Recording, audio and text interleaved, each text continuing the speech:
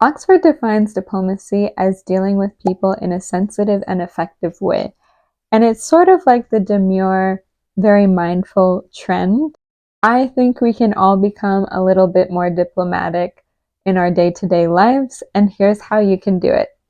Welcome back to another episode of Angeline's Anthropology. I'm Angeline. Recently, I made a TikTok video about books that have helped me learn about the world around me, and I wanted to expand on that video through YouTube, talking about 10 tips to become a diplomatic hot girl, because I'm interested in the world of diplomacy and international relations. Diplomacy is traditionally very male, pale, and Yale. So what if we made it more female, trail, prevail, or even she, spree, degree? I want to share my tips and tricks to become an international diplomatic hot girl. Number 1, develop public speaking skills. This is an obvious one if you are going into the field of diplomacy or international relations. You want to reduce filler words and become an effective communicator. I do this by joining my local Toastmasters club. If you've never heard of Toastmasters, it is a public speaking club where you practice public speaking.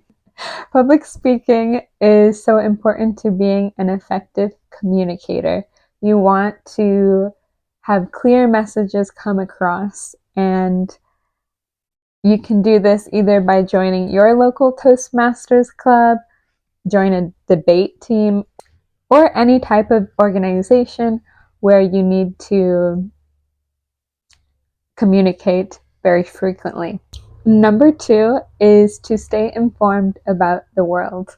This is also extremely important to the field of diplomacy, and it can be challenging to do this because there's a lot of negativity in the news, and it's more common for news reporters to comment on negative things in the world because these are the events that are changing our world today, like what's happening in Russia and Ukraine, Israel and Palestine, Sudan, Libya, and plenty more to talk about. One way I stay informed is using TheSkimm. It's a email newsletter where it basically gives a skim of what's going on in the world, and I really like it. It's completely free. I've used it for several years now, ever since I started college, because I wanted to keep up with world news without having to go to several different websites. Besides reading the news, it's super important to read books or to listen to podcasts. I recommend to stay informed about things that you're really interested in. So for example, if in this field, it's very common to read nonfiction textbooks. This is a really good beginning reading list. These are books that are vetted by the Foreign Service and other international relation courses I've taken in the past, and I've even spoken to my professor or some of my former professors about these books, which are a big focus in a lot of political science courses or international relations courses. We have Rise to Globalism by Stephen Ambrose and Douglas Brinkley. I just finished this one, Why Nations Fail by Daron, Acemoglu, and James Robinson. And Howard Zinn's A People's History of the United States. I have not started this one yet. It is quite big, but that is on my goal for the rest of this year, to finish that at some point. These will give you a general insight on what is going on in this world, because I feel like growing up, my high school really only focused up in our history classes up until the Cold War. And after that, I have absolutely no clue what has happened in in the United States. And that's not good. And I am so interested in the world that I also don't know too much about African history or Asian history because most of our classes have been centered on European history, which is obviously very important, but because of this very Western-centric view. So I highly recommend reading these books. And if textbooks are not your thing, I also suggest reading about people's stories.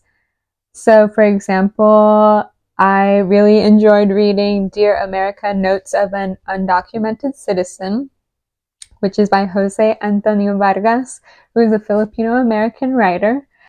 Another book that I was really interested in is Lola's House by Evelina Galang, and this is about Filipino American or Filipino women living with war and focuses a lot on Filipino comfort women during World War II. That was just a topic that I'm super interested in is the Philippines and Filipino American women in particular.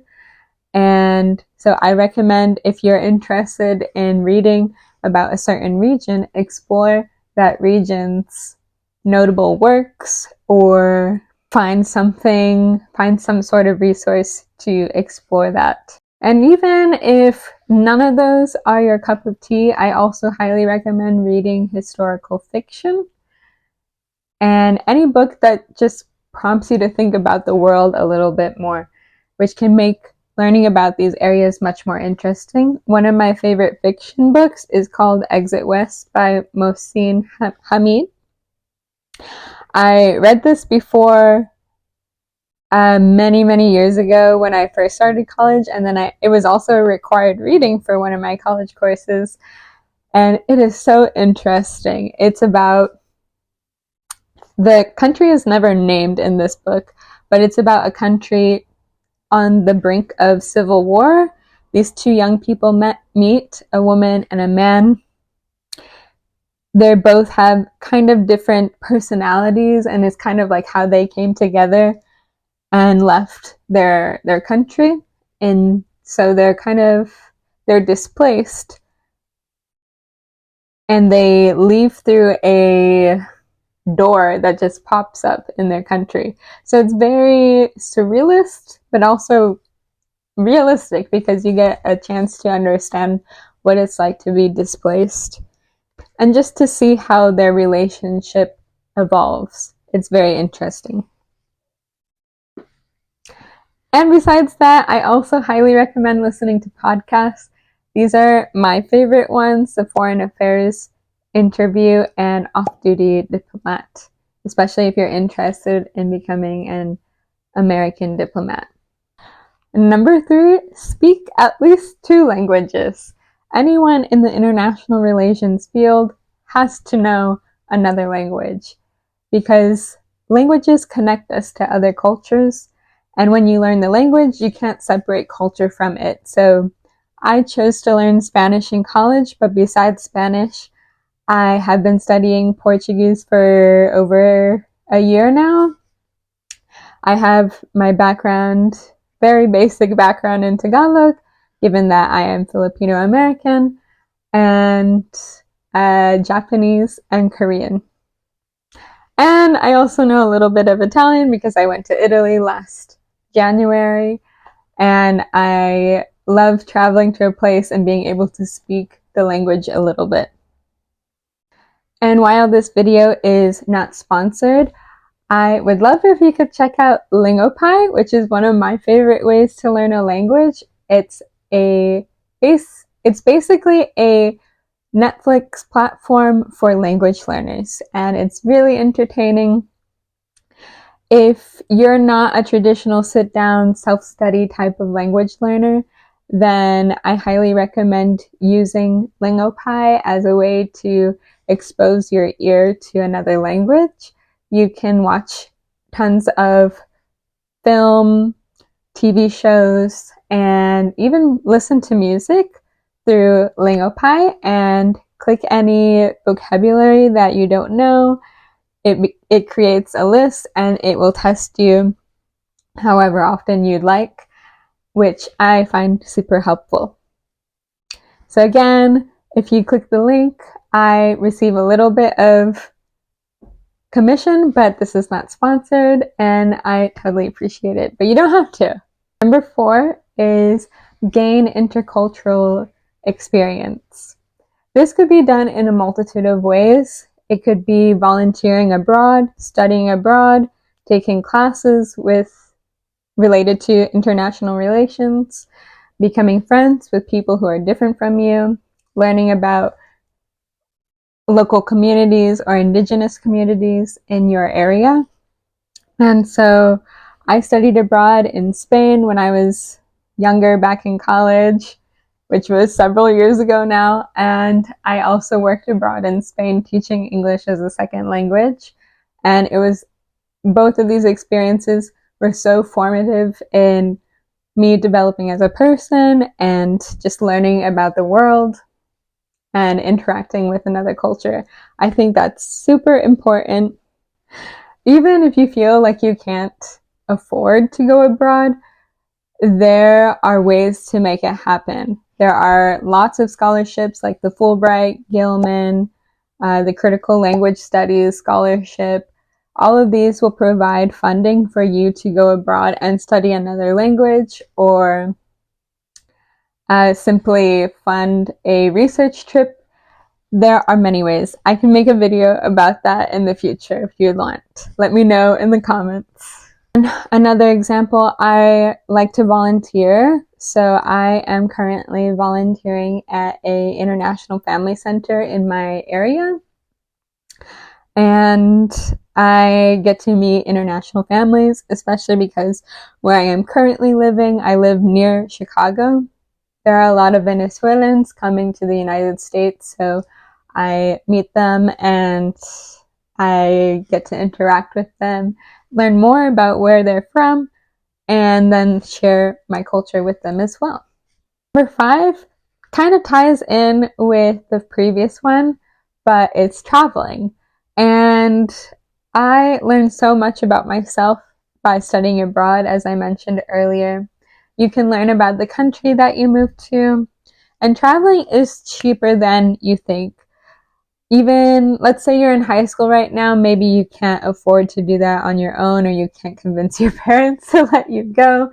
But in the future, when you leave and you turn 18, you have the ability to do that. And there are plenty of different ways to get abroad, and that could be through World Packers, becoming an au pair, teaching English abroad. They provide a little bit of stipends. You can use these to fund your living abroad, and also you can find online remote jobs too to give you an extra boost of income. But a lot of programs will provide you a decent salary so that you can live abroad comfortably. For example, I did my teaching English abroad through Medeiros. I can also make another video about that. And I lived very comfortably in Barcelona. Unfortunately, the pandemic did happen halfway, and I did stay in Spain during that part, but it was an incredible experience. I love the school that I was placed at. I can talk more about that in the future. And even if you can't leave abroad right now, you can travel nearby by taking public transportation to a new area of the city that you live in, or even just leaving the state that you live in, or wherever if you're watching this in another country, going to another province or just another nearby area that you're not super familiar with, and kind of take yourself out and learn a little bit more about the life there. Number 6, understand your personal values. Understanding your personal values is so important to the field of international relations, because as you grow in this field, you want to be able to support the things that you care about. So that's why partially this goes hand in hand with public speaking, because You want to know things like what drives you? Why do you want an international lifestyle? Diplomacy at its heart is serving communities. So what do you bring to the table? What are things that you would like to work on in the future? And how can you become a better leader in this way? Are there any qualities that you're lacking in? And I do a lot of this reflection through journaling, and perhaps we can create some prompts. You can use the questions that I just gave you and use them to reflect on. For me personally, I would love to help young women pursue this field much more, because when I was in school, I didn't really have anyone to go off of or to be a role model for me in this role besides the female professors I had. And I think it's really important that we see more representation in this field, because diplomacy is traditionally very male, pale, and Yale. So what if we made it more female, trail, prevail, or even she, spree, degree? So it's so important that we have more representation, because when we have these different views at the table, we can better serve other communities and make better decisions that way, that are more intrinsic and more holistic. Number 7, take care of your health and hygiene. Ever since I started dressing up more, I feel more energetic, alive, and confident. Dressing up makes me feel like a hot girl, and my style has become a lot more elevated since I started thinking more about the way I present myself to other people. So this doesn't mean that you need to buy all these products. If you are an international girly, how are you going to pack up every time you leave? Because if you have so much stuff, like, how can you go quickly, you know? This is an on-the-go lifestyle. But being well-dressed enables you to make a better impression on other people. I think it's true. Unfortunately, that's kind of the reality of it. We should always treat people with respect and kindness, no matter what they look like. But for me personally, I'm going to dress up so that I am treated with respect. Also, exercise is super important. If you can't take care of yourself, how are you going to take care of others? And this type of lifestyle, for me, I've come to the point, I'm 27 years old now, I don't really exercise for aesthetic reasons. I exercise for the feeling it gives me. I feel motivated and ready to take on the world when I know I've already given my body the movement it needs for the day. Number 8, learn how to manage conflicts. So diplomacy is based on the relationships we have with other people or other countries and organizations. We should nurture these relationships like we do with our friendships. So think about your workplace or your classmates. Is there anyone that you don't get along with? I'm sure in any environment there's at least one person. Even if you don't get along with them, a diplomatic hot girl treats them with respect and an open mind. This is very difficult to do. Something I've learned over the years is that you must remain level-headed and not panic. So how can you do this? First, breathe. Second, don't take things personally.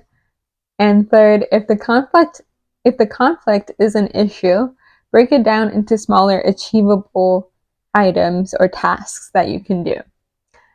For example, I used to work as a teacher in a high school. It's really easy to just lash out against the students' disruptive behaviors. And in fact, I've had plenty of students who were upset with me because I did something they didn't like, even though it's part of going to school. And I could have just yelled at them, but that was not going to be a productive decision. And I have always treated my students with respect, even when they have disrespected me. When they see that, it is a model for them to realize, like, oh, I can't just disrespect them and get the reaction I'm looking for. You know, students are looking to see how you're going to behave and react against them. Number 9, develop your writing skills. As a representative of an organization, a country, whatever it is, your writing is very much like the way you dress yourself. If your writing is unclear, confusing, like, for example, if you dress in sweats and you have ratty hair, then people are less likely to communicate with you or understand you well. So my tips for this are to either write in a journal for fun, just to get thoughts going, write about something that you enjoy, and explain it to someone who isn't familiar with that. Even while you can practice this in school, you don't have to even be in school to practice your writing, to develop an academic level standing of writing either, because you can take courses online through Udemy or Skillshare and practice that way. And or you can just find prompts online, like or topics that you enjoy. Like if you're interested in learning about, for example, me, Filipino American, I actually wrote an article about cultural imposter syndrome on Medium, and you can check it out here. And because it was just simply something I was interested in and I hadn't seen a lot of content about, and I thought maybe I could share my experience with other people. Number 10, be comfortable with being uncomfortable. I used to be very shy as a child, but over the years I've grown to love being around people. A diplomatic hot girl is always challenging herself to do incredible things. You know, you're the next leader, the next activist, the next president, and you're going to have to do things that you don't want to do, but because you're a diplomatic hot girl, you're already going to step up to the plate because you're so smart, intelligent, and prepared, thanks to all the previous steps you just practiced. I can't tell you the number of times I didn't want to do something, but because I care about whatever specific thing, I'm just like, okay, I will be the one to step up to the plate. And that's what real leaders do, right? So if we want to be diplomatic hot girls, we gotta step up to the plate and do things that make us uncomfortable. But you're going to learn from this as well. We don't learn from our experiences, we learn from the reflection of our experiences. So take that in mind as you move forward in your career, in your studies. And those are all my tips I have for becoming a diplomatic hot girl. I hope you enjoyed this video. Please leave a comment down below telling me what was your favorite tip. And if you're interested in learning about any other content, or if you would like me to delve deeper into any of these specific tips, let me know in the comments. Have a great day. Love you. Bye.